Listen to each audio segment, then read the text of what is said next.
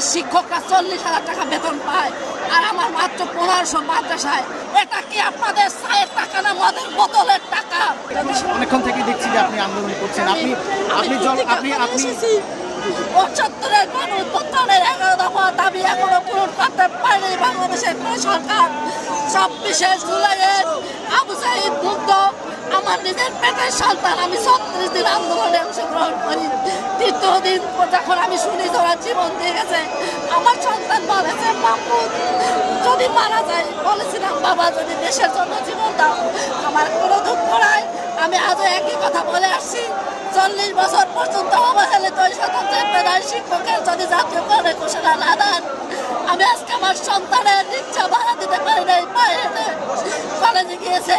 আমি পুলিশ যে আপনাদেরকে পুলিশের যে আপনাদের উপর যে লাঠিচার্জ করেছে, এখন আপনারা কি করবেন আসলে? আমি পুলিশ ভাইদেরকে বলেছিলাম তোমরা আমার সন্তান ৪০ বছরের অবহেলিত শিক্ষক, বারবার বিগত সরকার লাঞ্ছনা বঞ্চনা দেয় বলে আমাদেরকে ঘুরিয়ে পাকিয়ে বঞ্চন করেছে।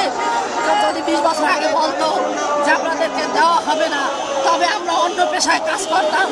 সমস্ত সেক্টরে ঘুষ দিয়ে কাজ করাতে হয়।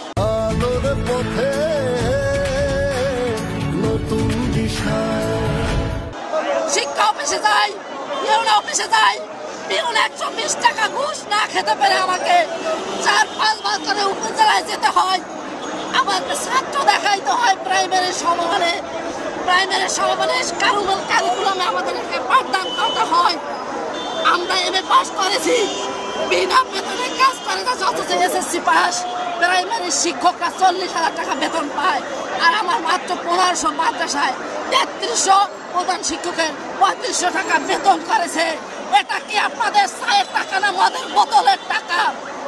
শিক্ষা খাতে যে টাকা বরাদ্দ রাখা হয়, যদি সেই বরাদ্দের সাথে স্বতন্ত্র মাদ্রাসা জাতীয়করণের ঘোষণা না দেওয়া হয়, তাহলে আমি বলবো এটা মুসলিম দেশ নয়, এটা সেই ভারতের উলিধ্বনি বানিয়ে গেছেন।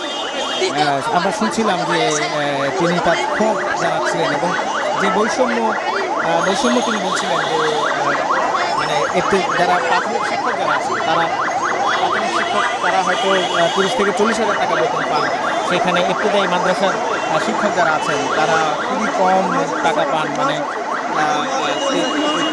৩৩০০ টাকার মতো।